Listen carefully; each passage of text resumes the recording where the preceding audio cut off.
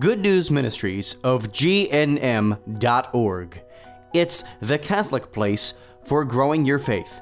Good News Ministries will provide you with faith-building reflections, virtual retreats, prayer resources, and lots more. All of it is free.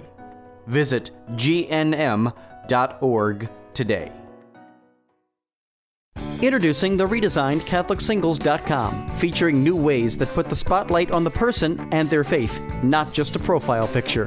For the past 20 years, faithful Catholics have used CatholicSingles.com, and the reimagined CatholicSingles.com website is ready to help single Catholics take the next step in sharing meaningful relationships with other faithful Catholics.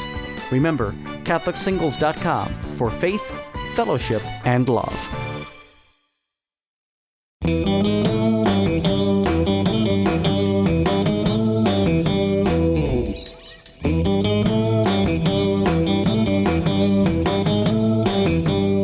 Well, hey everyone, and welcome back to another episode of Lisa, Hendey, and Friends. I am super excited this week to have on the podcast someone who is an amazing storyteller. Joining me is Philip Kosloski, who is the founder of Voyage Comics and Publishing, and he is a spirituality writer, comic book creator, and he's known for his new comic book series that we're going to be discussing today, Finian and the Seven Mountains. Welcome to the show, Philip. Super to have you on.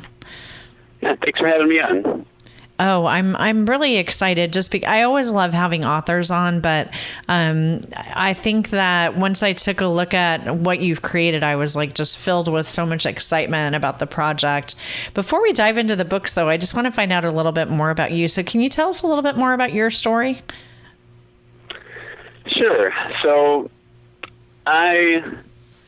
Initially, I had been in parish ministry for about 6 years, and near the end of it, I was starting to kind of discern a little bit, just on a personal level, kind of like what gifts do I have that God has given me, and how can I use them? And so I, through a series of different events, I kind of discerned that I have this, I guess, gift of writing. And so I thought, well, I might as well kind of explore it. I never really previously explored it, but I just wanted to kind of give it a try. So then I started, initially just writing on my blog, and then and that kind of snowballed a little bit, and then I became a blogger for the National Catholic Register for a short time,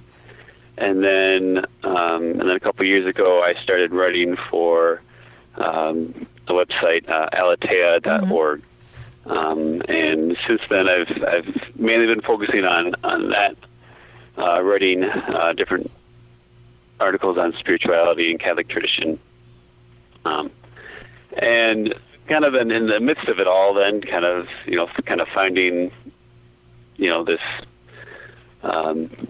this ability to write, and kind of wanted to kind of expand and kind of take on creative writing. And initially, kind of I think every writer's dream is to write a good novel.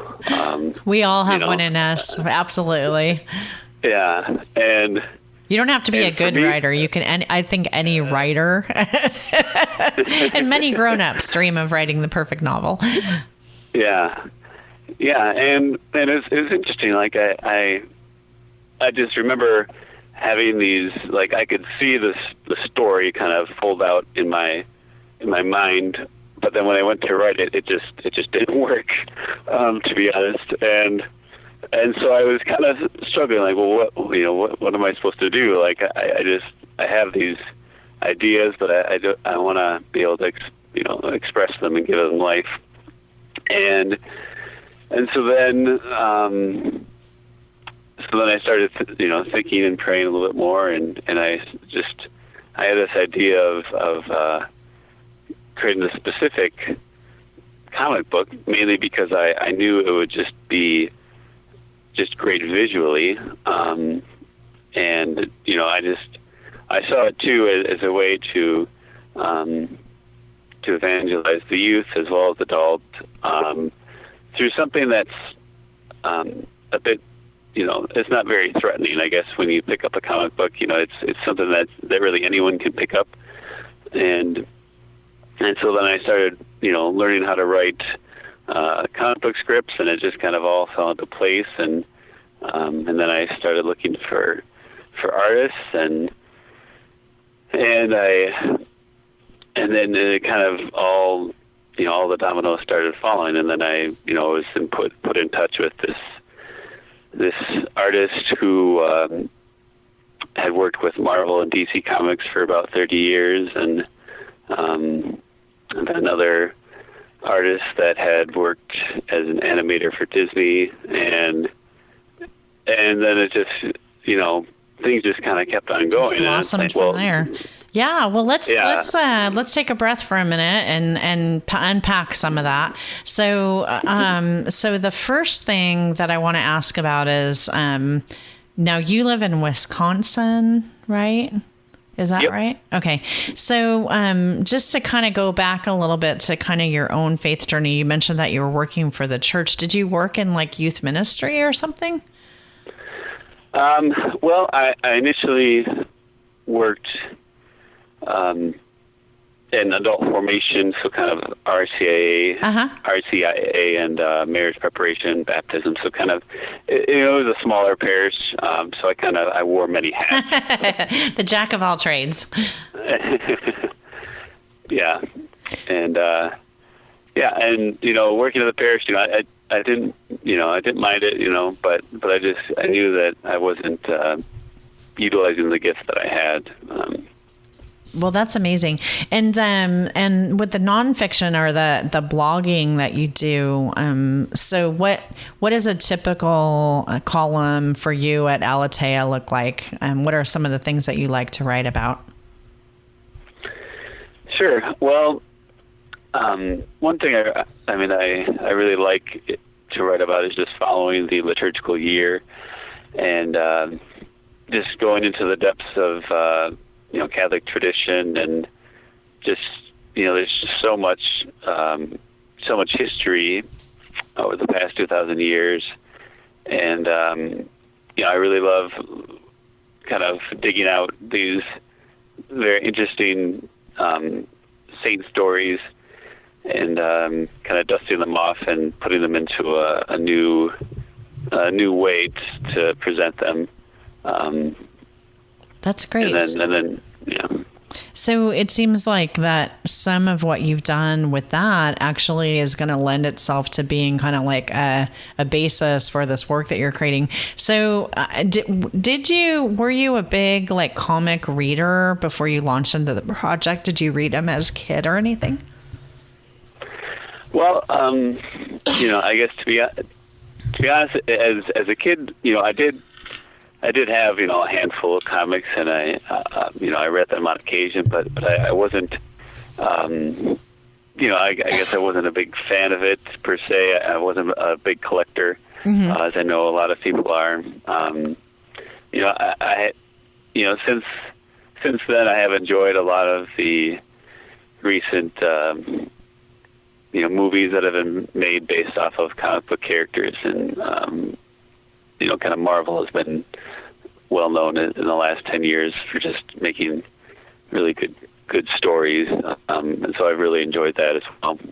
So you didn't kind of come at this as like, I've had a lifelong passion to be a comic book writer. More so it was like, I have a story to tell and I want a kind of creative way to tell it. So the reason that I'm asking you all these questions is I have written lots of different kinds of things, but I've never written comics. And it seems to me I write some children's fiction, and I also have a lot of nephews. So I spend a lot of time reading children's fiction.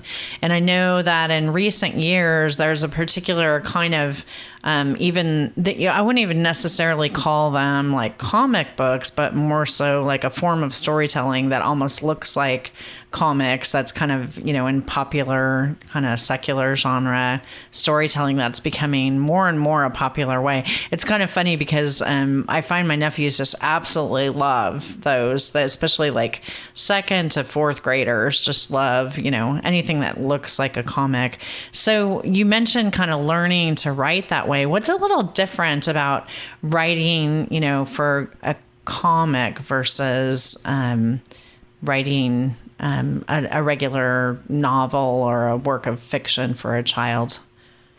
Sure. Yeah. I mean, the interesting thing about comic book writing is that it's really a team effort. I'll create kind of an initial draft of the comic book, kind of going through each page, kind of giving a description of what I think would look good on the page or how I think these scenes would play out. And then I give it to the artist, and then the artist, you give them kind of a little bit of freedom, and then they can say, well, I like your idea, but I think it would actually work better if you did it like this. Mm-hmm. And so, yeah, so that's, I kind of like that, being able to, in a certain sense, I mean, not just creating on my own, but, having a helper there to kind of bring it to life in the best way possible.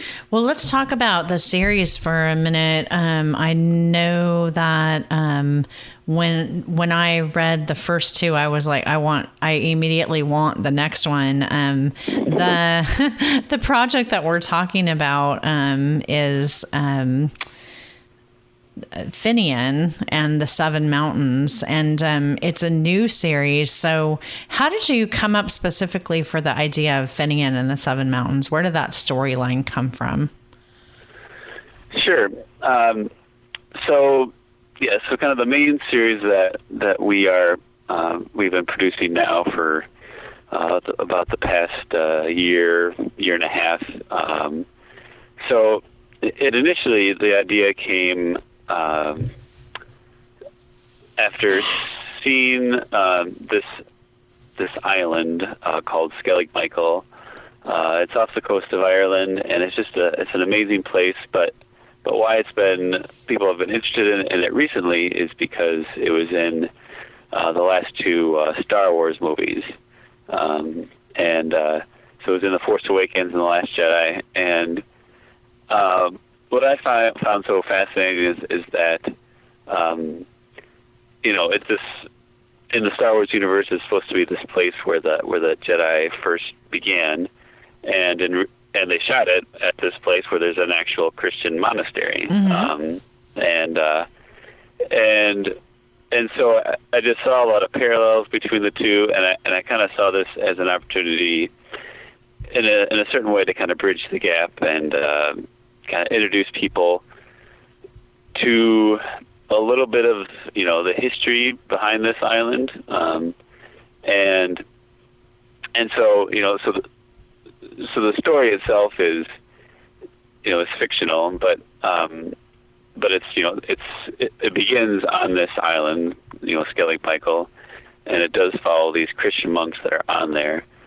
But then they get caught up into an adventure, and then, I kind of weave a lot of different Irish traditions and just medieval traditions in general. Probably the biggest one that's kind of driving this whole series is called, some people call it the Sword of St. Michael, and it's these seven monasteries that are in a line from Ireland to Israel, and so kind of as this series unfolds, then the main characters follow this line, and they go to each of the monasteries that are dedicated to St. Michael. So you've actually launched the first two titles in the series, and is there a plan for how kind of frequently you'll be letting the new episodes come out or the new issues? Yeah, well, it's one of those things where I'd like to get it out as quickly as I can. Right now the plan is to get the next one in the series hopefully in the next few months.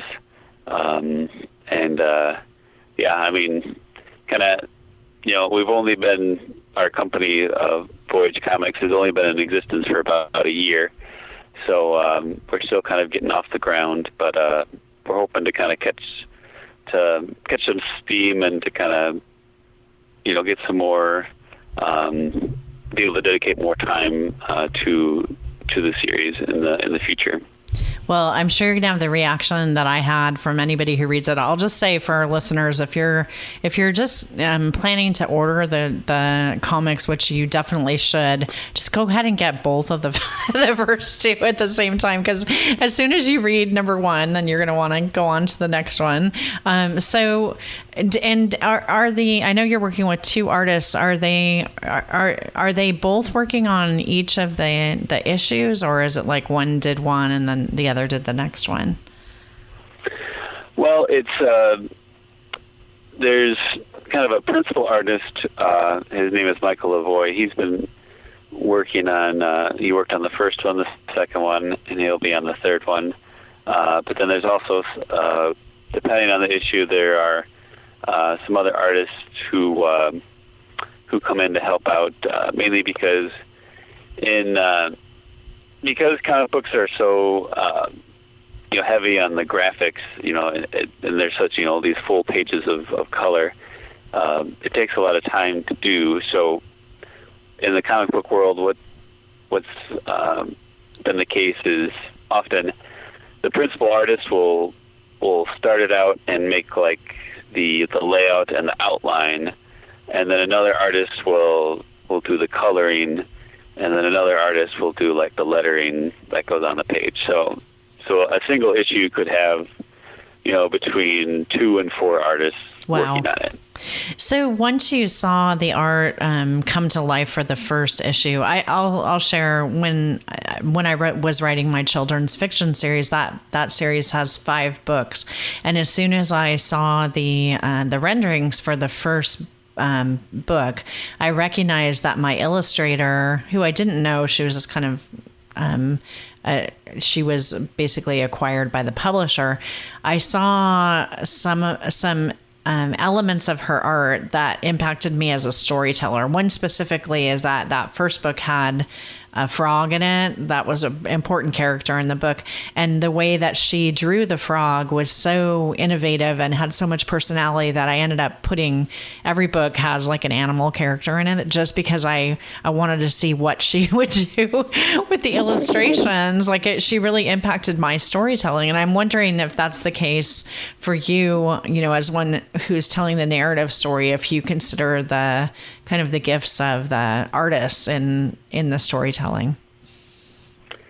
Yeah. I mean, because it's one of those things where you have, I have this vision in my mind of what I think it'll look like, and then to see the artist actually put it on the page. It's obviously it's not the same thing that what I was thinking of, but you kind of notice things that are you didn't expect, and yeah, I mean it does affect then how I then plan ahead. I think, well, how how can I work with the artist to make this work, and I kind of know the strengths of the artist, and yeah, I mean it's enjoyable to do it. And what did you think the first time that you saw Finian come to life? Yeah, I mean, I was very pleased. I'm very thankful to have Michael Lavoie doing the kind of the main artist artwork, and I really didn't know what to expect, but it really kind of exceeded my expectations, and I was just very, very happy to see it, and very, very pleased with it. Yeah, the art is amazing. So say a little bit about distribution for this. Now, you have an online website presence at voyagecomics.com. Mm-hmm. and we'll have links in our show notes to for our listeners to grab the online store there. So is that where people should go to order copies? And I know you have it in both paper copy and digital. So say a little bit about that. Sure. Yeah, I mean, the principal place you can find it is voyagecomics.com, our website. It is available through Amazon as well, so you can get it there. And yeah, I mean, we've also been, kind of researching ways to get into schools, and I know it'll be there's this Catholic book fair that's taking it to schools this upcoming year as well. So, but yeah, mainly the website and Amazon for them at the moment. Yeah, and I want to say to anybody listening that the price of these is so affordable. So the paper copy is only $4.99 and a digital download is $2.99, which is, I mean, when you consider the fact that something like this is going to be read probably over and over again, it's a really great price. And I think that if you have somebody who maybe struggles with reading, whether it's a child or even, an adult, there's something really unique about comic that it invites you to really dive into the story. Do you find that maybe sometimes it's great for reluctant readers? Sorry, could you say that again? Oh, I'm just kind of curious about if you find that that maybe reluctant readers, kind of a kid who wouldn't normally pick up like a chapter book might be attracted to a comic book in a different way. Mm-hmm. Yeah, definitely. Yeah, I mean, because a regular chapter book can be kind of daunting, just kind of seeing pages and pages of text, but a comic book, it's not really threatening. You can kind of open it up and you see these different dialogue balloons, and in a certain sense, you don't even have to know how to read to kind of follow the story. I mean, obviously the words do explain the images, but you can still follow along and kind of see how the pages are portrayed to kind of understand things as well. What are some of the readers saying in terms of feedback for the books? Yeah, I mean, it's been very positive, and definitely popular among just kind of all ages. I've talked to school children, to kind of some teenagers, and then even adults, who are, in their 30s, 40s, 50s, 60s. Like, it's basically everybody has kind of enjoyed it who has read it. So, well, just like me. So awesome.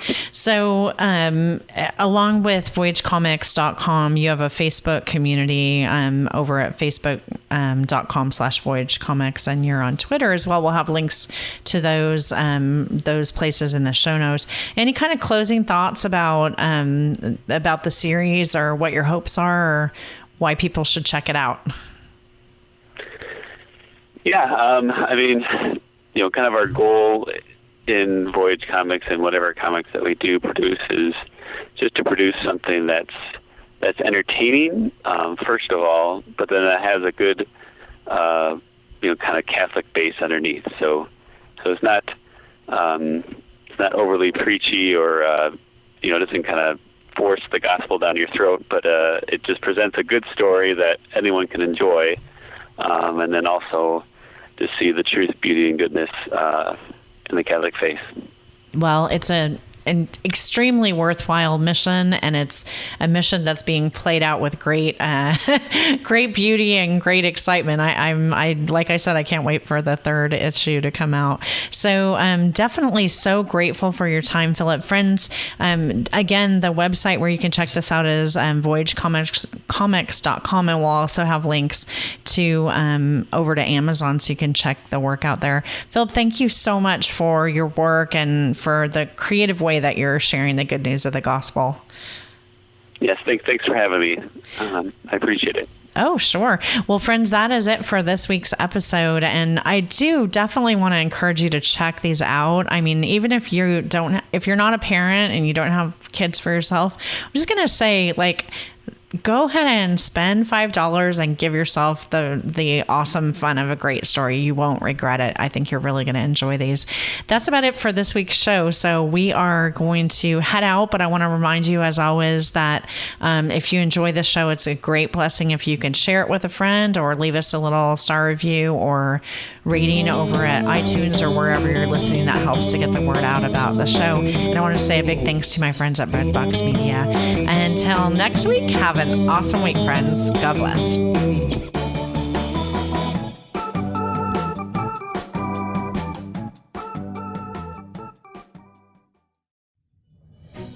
I'm Father Dwight Longenecker. I hope you've enjoyed listening to some of my podcasts here at Breadbox Media, but today I'm speaking to you about a different opportunity. In September 2020, I'll be leading a fantastic pilgrimage cruise from Rome to the Holy Land, and then on the way back, stopping at the cities of St. Paul, Ephesus, Athens, Corinth, and more. While we're at sea, I'll be lecturing on the Gospels, history or mystery. When we're on land, I'll invite you to join me as we visit all of the holy sites, celebrating Mass, worshiping together, and having a wonderful time of fellowship. If you'd like to know more about this pilgrimage cruise, go to my website, dwightlongenecker.com, go to the right sidebar, and you'll see a picture there which invites you to get more information. Go to my website, dwightlongenecker.com, right sidebar, click on the picture of the cruise ship, and you'll get all the information you need. Alternatively, you can call the company that's organizing the tour at 800-247-0017. 800-247-0017. Ask for Father Longenecker's Cruise to the Holy Land. Thanks for listening. Jack Kane Ford. Find your next Ford Tough vehicle at kaneford.com.